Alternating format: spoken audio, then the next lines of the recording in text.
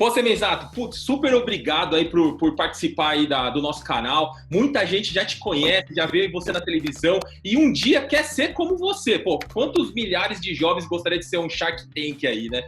Então, muito obrigado aí por compartilhar todo o seu conhecimento, sua história aí pra gente.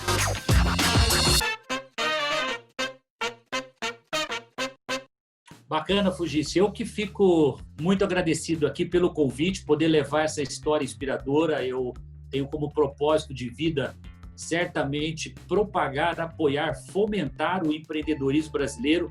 Então, para mim, é um prazer enorme estar aqui durante essa 1 hora aqui, batendo esse papo contigo e levando mensagens inspiradoras. Uma trajetória de vida muito verdadeira.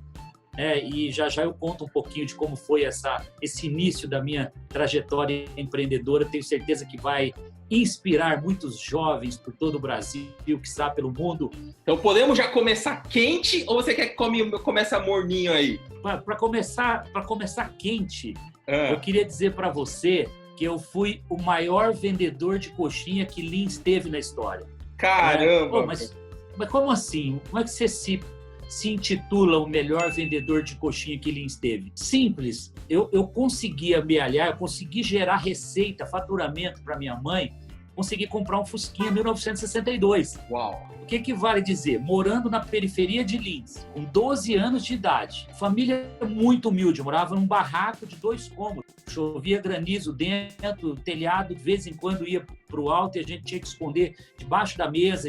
Então, assim, uma situação extrema pobreza, né? Mas com uma energia, uma vontade de sair daquela situação adversa que já me movia desde muito cedo. Obviamente, uma coisa importante, fui para a escola com 6 anos de idade. Minha mãe teve a coragem, teve a sabedoria de me levar muito cedo para os bancos da escola pública, onde eu pude ser alfabetizado muito cedo. E, claro, isso foi o começo. Depois, um alicerce muito importante, eu disse, que foi a educação religiosa, protestante. Então, ir para a escola dominical, os aprendizados, né? Isso tudo foi fortalecendo, na verdade, a minha alma, o meu espírito, para que eu pudesse, nos momentos que a oportunidade surgisse, eu estivesse pronto. Não obstante a isso, né, a conquista do primeiro Fusquinha, com 14 anos de idade, eu tive a inspiração, 13 para 14 anos, de fazer um curso de computação nos finais de semana. Passou alguém na escola pública lá e falou, olha, eu estou oferecendo um curso para o MSX, o primeiro micro portátil computador que está chegando aqui no Brasil, e a linguagem era BASIC, a primeira linguagem praticamente que chegou no Brasil, linguagem de programação de computadores. Fui aprender a linguagem BASIC. Fiz uma aula, fiz 2, fiz 3, 6 meses depois eu já comecei a fazer o Deep Basic 3. Foi a evolução do Basic. Paralelamente a isso, eu fui o maior copista de Xerox que Lins teve na história. Como eu vou fundamentar rapidamente.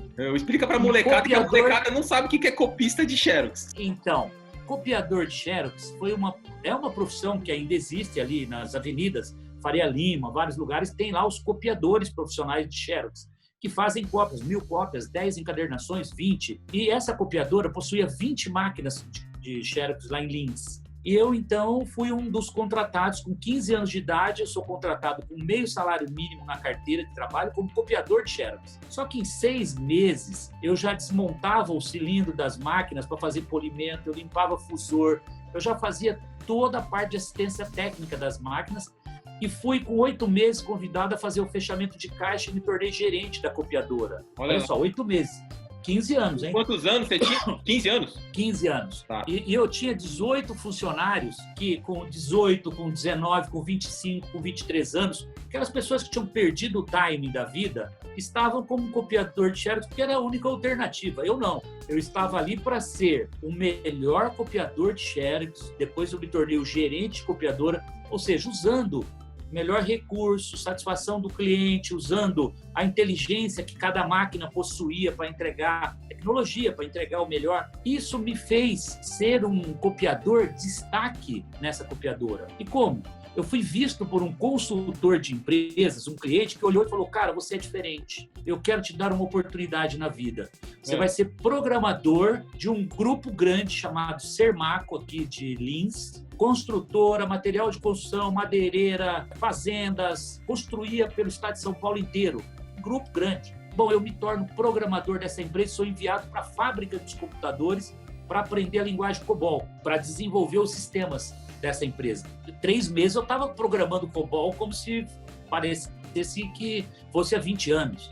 Porque me entreguei para aquilo de domingo a domingo, me tornei um grande programador. Com 17 anos, precocemente, eu termino meu curso técnico em processamento de dados no Instituto Americano de Linz da Igreja Metodista. Não, jovem, já era programador de sistemas, analista de sistemas. E aí, a grande surpresa na minha vida é o grande programador, porque eu já não era um simples programador de computador. E já eu vou contar a analogia de tudo isso, tá? O grande programador de computador termina o curso técnico em processamento de dados, que é a profissão que me ensinou a programar computadores e que eu tenho uma formação de 2º grau, ensino profissionalizante da época, que, aliás, tenho saudades desse tempo, porque qualificava, formava as pessoas efetivamente para um ofício, para uma mão de obra preparada para o mercado de trabalho. E aí eu sou convidado pelo Instituto Americano de Linz para ser professor 2º grau, com 17 para 18 anos. Nossa. Imagine, cara, imagine eu chegando na sala de professores. Claro que eu aceitei, levei 30 segundos para dizer aceito, sim, estou preparado. 30 segundos eu me tornei um professor 2º grau. Só para fazer um parênteses aí nessa época, né, nesse momento da sua história, né? E aí eu acho que entra a minha primeira pergunta. Assim, hoje no Brasil tem muitos jovens querendo empreender ao invés de seguir a carreira corporativa, digamos assim, né? E hoje a minha pergunta é, diante de todo esse cenário econômico, a gente já vem vivendo alguns anos com muita dificuldade, né? E talvez os próximos anos também com alguma certa dificuldade, né? Qual recomendação que você daria hoje para o seu filho ou para o seu neto que está nesse momento, com essa idade que você estava mesmo, com 16, 17 anos, empreender ou seguir uma carreira corporativa e por quê? Olha só, a sua pergunta é muito importante, até porque isso mexe exatamente com o presente, com o futuro dessa juventude, né? Primeira coisa, nós temos que analisar o cenário, tá? Vamos considerar que esse jovem terminou o ensino técnico ou terminou uma faculdade agora, tá?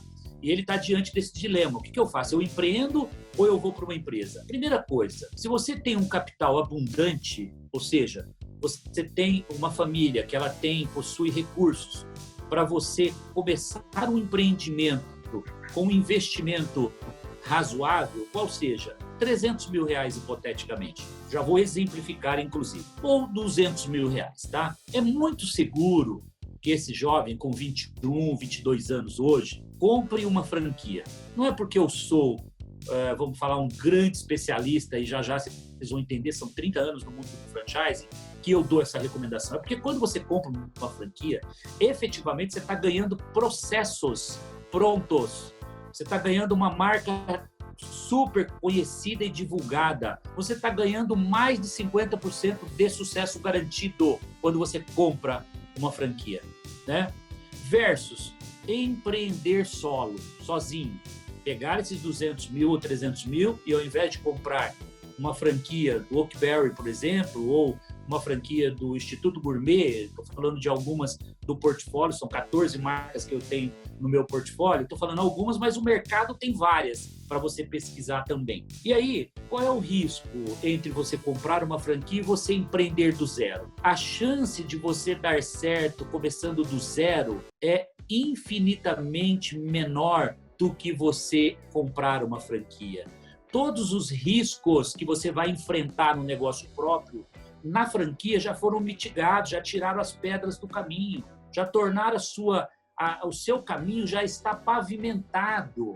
Então, jamais, se eu posso comprar uma franquia, eu recomendaria que você fosse bater cabeça. Por óbvio, bater cabeça, eu fui bater cabeça, eu fui empreender, já eu vou contar para vocês. Mas eu não tinha dinheiro e nem sabia o que era franquia. São coisas diferentes e momentos diferentes. E quando esse jovem termina uma faculdade, ele tem ainda a possibilidade de ingressar no mercado de trabalho através de um sistema bancário, varejo, tecnologia, e você pode fazer o que nós chamamos de um estágio. Qual é a vantagem de você fazer um estágio? Você é jovem, você tem 21, 22, 23 anos de idade, de repente 19, 20 anos, você pode ficar 1 ano numa carreira executiva, você pode ficar 2 anos, E você pode ser o melhor profissional na área durante esse estágio que você fez. Top. E num determinado momento, você vai perceber, tal qual eu percebi, e já eu vou fazer a analogia entre esses dois momentos, essas duas coisas, vocês vão perceber claramente como tomar essa decisão, é que eu cheguei no momento que eu escolhi empreender, mas eu já era um profissional de muito sucesso. Eu poderia estar plenamente satisfeito com a carreira que eu vivia até aquele momento. Então, você terminou a faculdade agora, o que eu faço? 2 caminhos. Ou ir fazer um estágio, se solidificar, viver na prática a economia real, a vida real como ela é lá fora, aprender a ter disciplina, respeitar um orçamento, código de ética das empresas, subordinação, conhecer os estilos de liderança na prática. Bom, não obstante a isso, Fugice, com 22 para 23 anos, agora eu vou em datas cronológicas exatas, em 91, eu tenho a inspiração de criar a minha primeira empresa, que foi a Microlins, que é uma escola de informática. Eu, então, nesse momento, em Lins, decidi empreender. E decidi empreender por quê? Eu já era um programador de sucesso, o melhor da região, eu já era analista de sistemas, professor segundo grau, morava numa casa excelente, no melhor bairro da cidade de Lins, casa própria, carro novo na garagem, um salário admirável na cidade. Eu poderia me dar por satisfeito, mas existia dentro de mim uma missão maior, uma veia que a gente chama empreendedora, que me movia para desafios maiores. Então, Semenzato, você vai deixar toda essa vida boa que você tem agora de lado, vai tomar um risco grande, que é montar o seu primeiro negócio. E assim eu fiz. Nasceu, então, nesse momento, a Microlins, onde eu montei toda alavancada com financiamentos bancários, e agora eu quero voltar na analogia. Você terminou a faculdade, está com o seu nome limpinho, você tem predisposição a risco? Você está a fim de tomar uma dívida no banco que, se o dólar disparar, como disparou na minha época lá, que se a inflação se tornar galopante, que se der errado, você vai perder nome, vai perder noite de sono, vai ter dissabor, vai ter visita de oficial de justiça, vai ter execução em cima de você, ou seja, tudo aquilo que nenhum empresário quer. Todo mundo acha que empreender é só olhar o lado bom, ganhar dinheiro, ficar rico e pronto. Só consegue enxergar o topo do iceberg, né, Semenzato? Pois é, tem um preço muito caro que você tem que pagar para isso. Então, de novo, você quer uma vida um pouco mais tranquila, então vá fazer sua carreira executiva, vá se solidificar.